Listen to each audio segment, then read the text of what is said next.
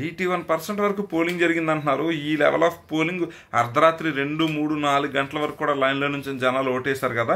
ఇదంతా కూడా ప్రభుత్వ వ్యతిరేక ఓటు అయి ఉంటుంది అని చెప్పేసి కూటమి భావిస్తుంది. అదేవిధంగా తమ అనుకూల ఓటు అని చెప్పేసి ప్రభుత్వం భావిస్తుంది. అయితే ఇలా అత్యధిక ఓటింగ్ జరిగినప్పుడు ఆ ప్రభుత్వాలు కూలిపోతాయి అన్నదానికి సెఫాలజిస్టులు చెప్పే ఆన్సర్ ఏంటంటే డైరెక్ట్ కోరిలేషన్ అయితే లేదు. కాకపోతే మీరు చూసుకుంటే కొన్ని సందర్భాల్లో ప్రభుత్వ వ్యతిరేక ఓటు కన్నా కూడా ప్రభుత్వం అనుకూల ఓటు కూడా పనిచేసిన సందర్భాలు చాలా ఉన్నాయి. ఎగ్జాంపుల్ చెప్పాలంటే తెలంగాణలో కేసీఆర్ గారు రెండోసారి గెలిచినప్పుడు పోలింగ్ శాతం పెరిగింది. తృణమూల్ కాంగ్రెస్ అధినేత్రి మమతా బెనర్జీ గారు గెలిచినప్పుడు పోలింగ్ పర్సెంట్ పెరిగింది. మోడీ గారు రెండోసారి పీఎం అయినప్పుడు కూడా పోలింగ్ శాతం పెరిగింది. అదేవిధంగా ఇప్పుడు చూసుకుంటే ఆంధ్రాలో కూడా పోలింగ్ శాతం పెరిగింది. జగన్మోహన్ రెడ్డి గారికి ఎలా పోతున్నారని చెప్పేసి అందరూ కూడా భావిస్తున్నారు. అయితే ఇక్కడ ఏంటంటే డైరెక్ట్ కోరిలేషన్ అయితే లేదు. కాకపోతే ఏంటంటే సైలెంట్ వేవ్ అనేది చాలా డేంజర్. ఎందుకంటే ఇప్పుడు పార్టీస్ కూడా చాలా కన్ఫ్యూజ్డ్ స్టేట్లో ఉన్నాయి. ఆల్మోస్ట్ ఆల్ పార్టీస్ చాలా కన్ఫ్యూజ్డ్ స్టేట్లో ఉన్నాయి. బయటికి కాన్ఫిడెంట్ ఉన్నా కూడా ఎక్కడ ఓటింగ్ జరిగింది, ఎవరు ఓటింగ్ చేశారు, ఏ విధమైన ఓటింగ్ జరిగింది అనేది చాలా ఇంపార్టెంట్ ఫ్యాక్టర్ ప్లే చేయబోతుంది. ఎందుకంటే ఇప్పుడు ఓట్ చేసిన వాళ్ళలో ఫస్ట్ టైం ఓటర్స్ చాలామంది ఉన్నారు. మహిళలు చాలా ఎక్కువ భారీ ఎత్తులో పోలింగ్లో పాల్గొన్నారు. వృద్ధులు చాలా భారీ ఎత్తులో పోలింగ్లో పాల్గొన్నారు. అయితే వీళ్ళ ముగ్గురిని ప్రభావితం చేసే అంశాలు ఏ మేనిఫెస్టోలో ఉన్నాయి, ఏ నాయకుడు చెప్పగలిగాడు, ఏ నాయకుడు చేశాడు అనేది కూడా చాలామందికి అది క్లియర్ ఎవిడెంట్. ఎందుకంటే ఇప్పుడు మహిళలు చూసుకుంటే rural areas, especially rural areas, urban areas మాట్లాడుకుంటే రూరల్ ఏరియాస్లో జగన్మోహన్ రెడ్డి గారికి ఉన్న పట్టు పంచాయతీ ఎలక్షన్స్లో మనకు తెలిసిపోయింది. అదేవిధంగా అర్బన్ ఏరియాస్లో ఆయన కొంచెం అక్కడక్కడ వ్యతిరేకత ఉన్నమాట కూడా అందరూ ఒప్పుకుంటున్న విషయం. అయితే ఇక్కడ మనం చూసుకుంటే అర్బన్ పర్సెంటేజ్ ఎంత, రూరల్ పర్సెంటేజ్ ఎంత అన్నది చూసుకోవాలి. అర్బన్ పర్సెంట్లో కూడా జగన్మోహన్ రెడ్డి గారు ఓటు బ్యాంక్ ఏమీ చెక్కు చెదరలేదు. అంతకుముందు టీడీపీ కూటమికి ఎంత అయితే ఓటింగ్ పర్సెంట్ పడిందో అంతే ఇంచుమించు అంతే పడుతుంది. అయితే ఇక్కడ క్రూషియల్ ఫ్యాక్టర్ ఏంటంటే ఎవరి బేస్ పోలింగ్ వాళ్ళకు ఉంటుంది. కాకపోతే ఎక్కడైతే న్యూట్రల్ ఉంటారో లేదా 5%, 10% డిఫరెన్స్ ఉంటుందో వాళ్ళు ఎటు మొగ్గు చూపారనేది చాలా ఇంపార్టెంట్.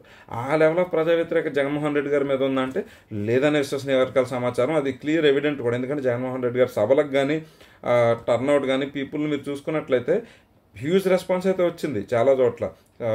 మన సిద్ధం సభలు కానీ, అదేవిధంగా రోడ్ షోలు కానీ, బస్సు యాత్రలు కానీ హ్యూజ్ రెస్పాన్స్ రావడం అయితే మామూలు విషయం కాదు. ఇక్కడ ఇంకోటి ఏంటంటే పాజిటివ్ క్యాంపెయినింగ్ మీద జగన్మోహన్ రెడ్డి గారు ముందుకెళ్ళారు. మేము ఇది చేసాం, ఇది చేస్తాం, దాంతో మాకు ఓటేయండి అని వెళ్ళారు. అదేవిధంగా నెగిటివ్ క్యాంపెయినింగ్ ఆపోజిషన్ పార్టీస్ అయితే వెళ్ళి జగన్మోహన్ రెడ్డి గారు దారుణం ఎట్లా చేస్తారు, ఇంకా చేస్తారు అని నెగిటివ్ క్యాంపెయినింగ్ తెలియంది. అయితే నెగిటివ్ క్యాంపెయినింగ్ తోటే హ్యూజ్ లెవెల్ ఆఫ్ పీపుల్ని పుల్ చేయగలిగారా అంటే అది చాలా రేర్ కేసెస్లో జరుగుద్ది. అటువంటి రేర్ అట్మాస్ఫియర్ అయితే ఏపీలో ప్రస్తుతానికైతే లేదు. ఇక్కడ ఇంకోటి ఏంటంటే ఎంత నెగిటివ్ ప్రచారం చేస్తే అంత పాజిటివ్గా టర్న్అవుట్ అయ్యే ఛాన్సెస్ కూడా ఎక్కువ ఉంటాయి. ఎందుకంటే ఒకటి గురించి మనం నెగిటివ్గా ఒకసారి చెప్పామనుకోండి అవునా అనుకుంటారు, 2 సార్లు చెప్పామనుకోండి అనుమానిస్తారు. అదే 10-15 సార్లు చెప్పామనుకోండి వాడికే డౌట్ వస్తుంది, ఏంది ఎంత నెగిటివ్గా ప్రచారం చేస్తున్నారు, ఇందులో ఎంత నిజం ఉంది ఏంటి అనేది కూడా అది జనాలు ఆలోచిస్తారు. అదేవిధంగా అట్ ద సేమ్ టైం చాలామంది ఏంటంటే గుండెల నిండా అభిమానం నింపేసుకున్న జగన్మోహన్ రెడ్డి అభిమానులు వాళ్ళంతా కూడా ఏం చేస్తారంటే అయ్యో మా జగన్మోహన్ రెడ్డి గారు ఈ లెవెల్ ఆఫ్ ఫేక్ ప్రచారం జరిగింది, ల్యాండ్ టైటిలింగ్ యాక్ట్ గురించి ఈ లెవెల్లో జరిగింది, అదేవిధంగా జగన్మోహన్ రెడ్డి గారి ఫ్యామిలీలో కూడా డిస్ప్యూట్స్ వచ్చాయి. ఈ విధంగా చూసుకుంటే కూటమి చాలా కుట్రలకి తెరలేపే అవకాశం ఉంది. కాబట్టి మనం జగన్మోహన్ రెడ్డి గారిని ఖచ్చితంగా గెలిపించుకోవాలని క్యూ లైన్లో నుంచి ఓటింగ్ చేసిన వాళ్ళు కూడా చాలామంది ఉన్నారు. ఆ విధంగా చూసుకుంటే 4 గంటల వరకు, ఉదయం 4 గంటల వరకు జరిగిన పోలింగ్లో పాజిటివ్ ఓటింగ్ కూడా చాలా మటుకు జరిగినట్లుగా చాలా ఏరియాస్లో మనం భావించాలి. అదేవిధంగా ఇంకొక విషయాన్ని మనం గమనిస్తే చాలా చోట్ల ఘర్షణలు జరుగుతున్నాయి. ఎటువంటి ఘర్షణలు అంటే ఘర్షణలు ఎప్పుడు జరుగుతాయనంటే 2 సందర్భాల్లో జరుగుతాయి. ఒకటి ఓటింగ్ ప్రభావితం చేయాలి. ఎలా అయితే ఇప్పుడు మహిళలు, వృద్ధులు ఇటువంటి వాళ్ళు ఎక్కువగా పోలింగ్ లైన్స్లో ఉన్నప్పుడు వాళ్ళని భయభ్రాంతులకు గురి చేయాలంటే అక్కడ గొడవ జరిగితే లేడీస్ కొంచెం సెన్సిటివ్ ఉంటారు కాబట్టి గొడవలకు దూరంగా ఉంటారు కాబట్టి వాళ్ళంతా వెళ్ళిపోతారు, ఓటింగ్లో పార్టిసిపేట్ చేయాలన్న అదొక అంశం ఉంటుంది. అదేవిధంగా వృద్ధులు అలాంటి వాళ్ళు భయభ్రాంతులకు గురి చేసి ఓటింగ్ శాతాన్ని తగ్గించడానికి ఆస్కారం కూడా ఉంటుంది. అదేవిధంగా కొన్ని చోట్ల చూసుకుంటే SC, ST, BC ఏరియాస్లోకి వెళ్ళి మాచర్ల లాంటి నియోజకవర్గాల్లో దాడులకి ఇళ్ల మీద తెగబడ్డారంటే పోలింగ్ ఏ విధంగా జరిగిందో మనం అర్థం చేసుకోవచ్చు. At the same time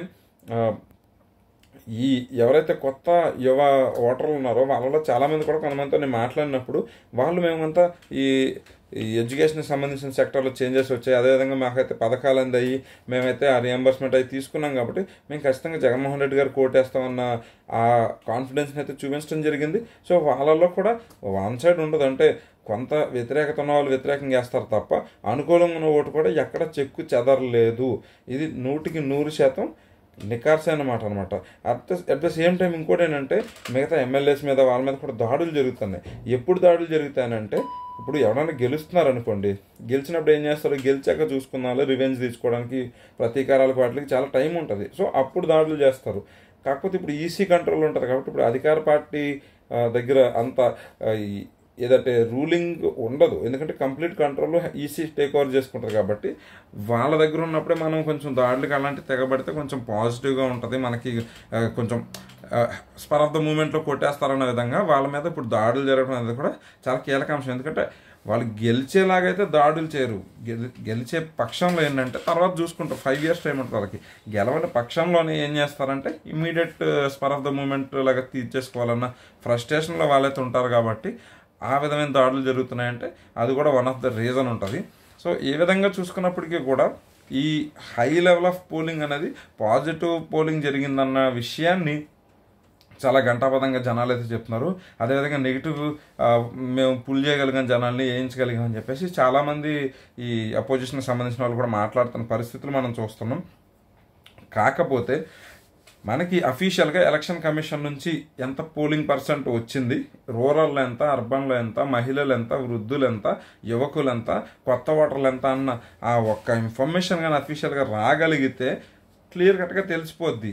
margin ఎంత అనేది కూడా జనాలు అనాలిసిస్ చేయగలుగుతారు. అంటే వాళ్ళ డిఫరెన్స్, పురుషులకి మహిళలకు ఉన్న డిఫరెన్స్ని బట్టి జగన్మోహన్ రెడ్డి గారికి ఎంత లీడింగ్ వస్తుందన్న విషయాన్ని కూడా వాళ్ళు క్లియర్ కట్గా చెప్పగలుగుతారు. కాబట్టి సెఫాలజిస్టులు చెప్పేది కూడా ఏంటంటే ఎక్కడ అంత డిఫరెన్స్ అయితే ఏదో దారుణమైన ఓటమి ఓడిపోతారు లేదా ఓడిపోతుంది రూలింగ్ పార్టీ అన్నటువంటి అంచనాలు అయితే వాళ్ళు చెప్పట్లేదు.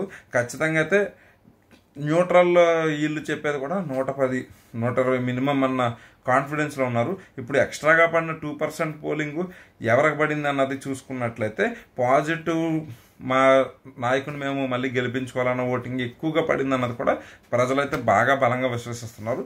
చూద్దాం, June 4th జరగబోయే ప్రభంజనం గురించి మనం మాట్లాడుకునే ప్రయత్నం అయితే చేద్దాం.